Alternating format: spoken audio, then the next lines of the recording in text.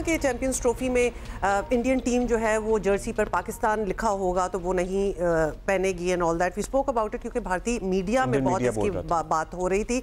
तो अब उसकी क्लैरिफिकेशन आ गई है और भारतीय क्रिकेट बोर्ड ने अपने ही मीडिया में आने वाली खबरों की तरदीद कर दी है।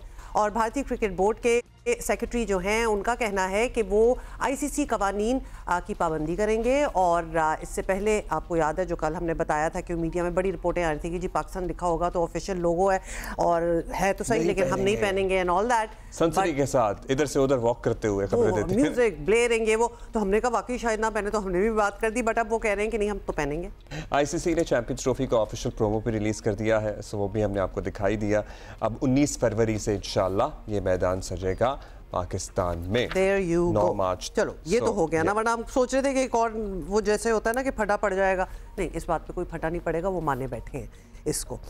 लेकिन स्क्वाड के ऐलान के लिए अब ज़्यादा दिन नहीं रह गए हैं और शायकीन क्रिकेट को भी चैंपियंस स्क्वाड का इंतज़ार है। क्रिकेट माहिरीन इस पर जोर दे रहे हैं कि सऊद शकील की टीम में शमूलियत वक्त का तकाजा है। साइम अयूब के लिए चैंपियंस ट्रॉफी खेलना अब मुश्किल लग रहा है। साबिक कप्तान शाहिद खान आफरीदी को भी यही लग रहा है कि साइम अभी खेलने की पोजीशन में नहीं है।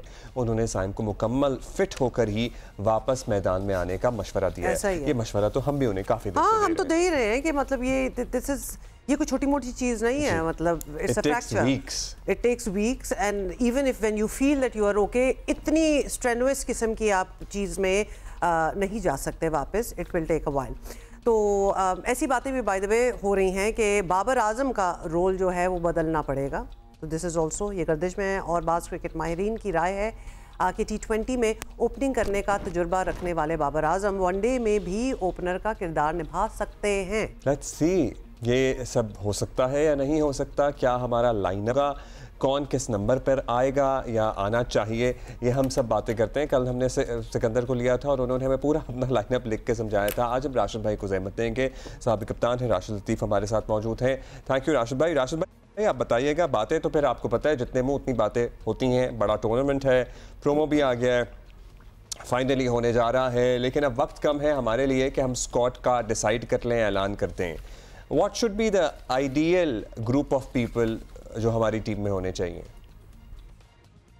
तकरीबन वही प्लेयर्स हैं और वेट हम कर रहे हैं कि सबसे मुश्किल जो मरहला होता है वो ओपनिंग का होता है। साइम अयूब फिट नहीं है, अब्दुल्ला शफीक फॉर्म में नहीं है, फखर को हमने खिलाया नहीं, इमाम को हमने ड्रॉप कर दिया था, 4 ओपनर्स ये हो गए, एक भी खेला हुआ नहीं है, मतलब टाइम के अलावा कोई भी। अब इनमें से 2 खेलने हैं।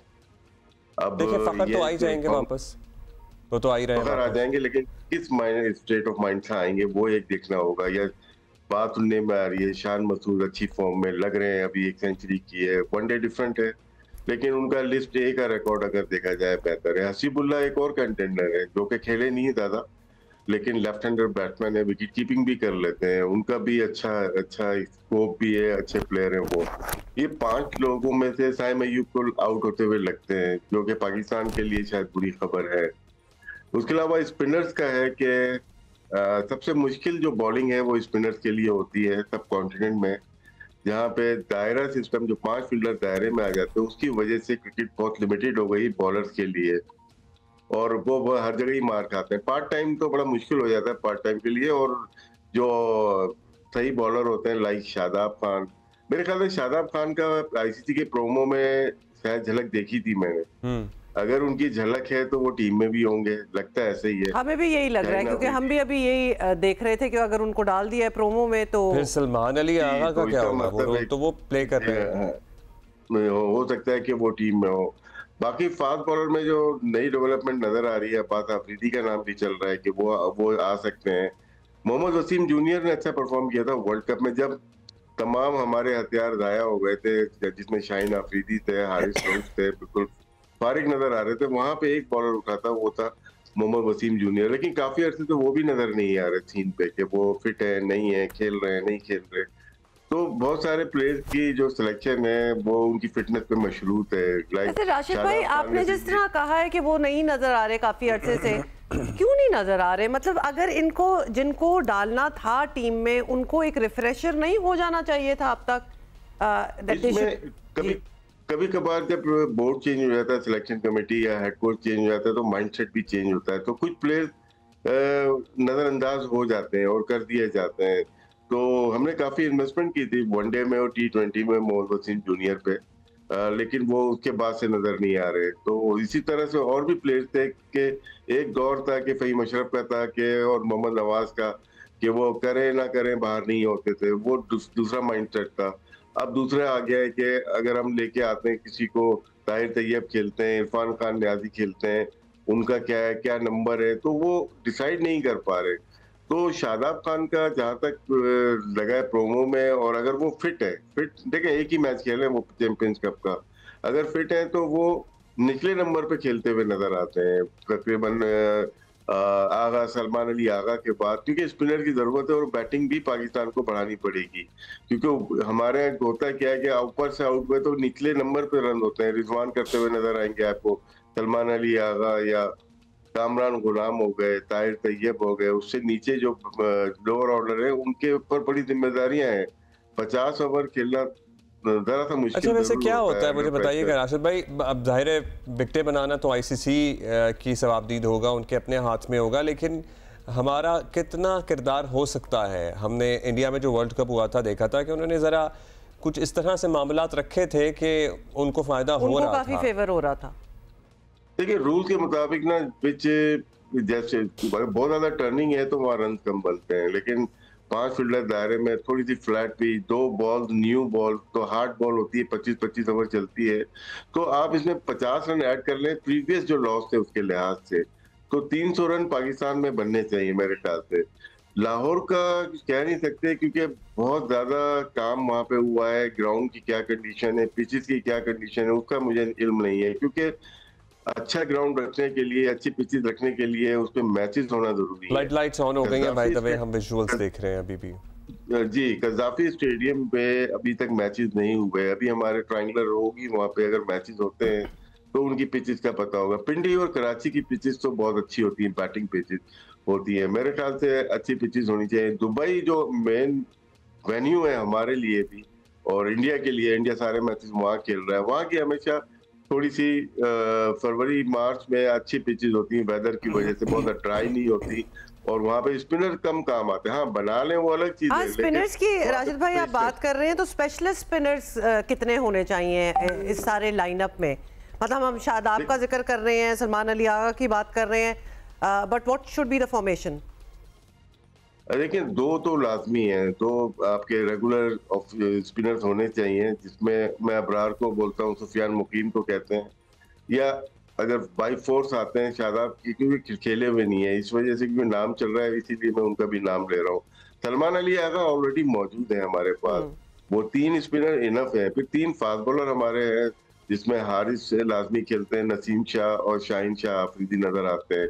3-3 का कॉम्बिनेशन और एक जाहिर सी बात है एक बैट्समैन हो जाएगा तो कॉम्बिनेशन एक विकेट कीपर के साथ पाकिस्तान की टीम अच्छी बनती हुई नजर आ रही है, लेकिन अपने आप को थोड़ा अटैकिंग मोड में लेके आना पड़ेगा पाकिस्तान क्रिकेट। ये नॉकआउट, ये मतलब ICC का इवेंट है, ये बायलैटरल नहीं है, ये ऑस्ट्रेलिया की सीरीज नहीं है या साउथ अफ्रीका, वहाँ हमें अच्छी प्रैक्टिस मिल गई है, लेकिन अटैकिंग क्रिकेट ऊपर से ही करना पड़ेगा। हमारे पास फखर जमान और ताइम अयूब 2 ऐसे ओपनर नजर आते हैं जिनका 80+ का स्ट्राइक रेट पावर प्ले में 1 से 10 ओवर तक है। उसके बाद जितने बैटर्स हैं वो अपने, अगर हम फेज वाइज जाते हैं 11 से 20 ओवर, 21 से 30 ओवर, 31 से 40 ओवर, 41 से 50 ओवर, बहुत खास स्ट्राइक रेट नहीं है हमारा, हम normal ball to ball, run to run खेलते हैं, जो कि मेरे ख्याल से यहाँ पे अपना माइंडसेट चेंज करना पड़ेगा। स्पेशली बाबर आजम और मोहम्मद रिजवान 2 ऐसे प्लेयर हैं बहुत सीनियर हैं, फखर जमान आ जाते हैं, उनकी पनिशमेंट हुई नहीं हुई मुझे नहीं पता, क्योंकि जो ट्रीटमेंट फखर जमान के साथ हुआ है मेरे ख्याल से बहुत ज्यादती की है, अपने मुल्क के साथ ज्यादती की। फखर जमान का नुकसान नहीं किया इन लोगों ने, इतने अपने मुल्क का नुकसान किया एक अच्छे प्लेयर को बाहर करके। अच्छा, सैटरडे से आपको पता है हमारा दूसरा टेस्ट शुरू होने वाला है, anything that we should keep in mind for this one? भूल गए थे हम लोग तो चैंपियन ट्रॉफी में, याद कराने के लिए आपको। बिल्कुल सेम टीम से जाना चाहिए, और वेस्ट इंडीज पता नहीं कब खेलेगी, नहीं पता चल रहा, वो खेलने आए नहीं आए मुझे नहीं आइडिया हो रहा। जैसे एक जमाने में चलता था ना कि नामालूम अफराद तो ये टीम भी नामालूम अफराद के ऊपर आई हुई है और नहीं पता चल रहा क्या हो रहा है। या तो टाइमिंग ऐसी है कि हमारे लिए बहुत ज्यादा इंपॉर्टेंस नहीं है इस सीरीज के लिए, क्योंकि राशिद भाई वैसे ये आपने बात सही की है, क्योंकि इंटरेस्ट भी, जैसे कि अभी हमने खुद ही कह दिया कि भूल भी गए थे, तो इंटरेस्ट भी थोड़ा सा लो है। देखें, टेस्ट मैच की एक वैल्यू है, उसको हम नजरअंदाज नहीं कर सकते, लेकिन टाइमिंग ऐसी है कि हम कज़ाफी स्टेडियम की फुटेज देख लें, right. या टीम बना लें, या चैंपियंस ट्रॉफी की देखो, फिर ट्रायंगुलर भी हो रही, बहुत सारी चीजें हमारी रिलेटेड है वनडे क्रिकेट के ऊपर, तो इस वजह से शायद बहुत ज्यादा तवज्जो लोग नहीं दे रहे टेस्ट मैच को। That's right. और actually you can tell that by the people in the stadium which are like non-ignorant. मुझे तो बड़ी हो रही थी। बहुत शुक्रिया राशिद भाई, मुझे बड़ा अफसोस हो रहा था देख के कि लोग क्यों नहीं आ रहे, जो लास्ट था बिल्कुल खाली पड़ा हुआ था। People should have been there perhaps, या फिर वही वाली बात है ना, अभी इंटरेस्टेड नहीं है, अभी everything is you know you are gearing up for the champions trophy.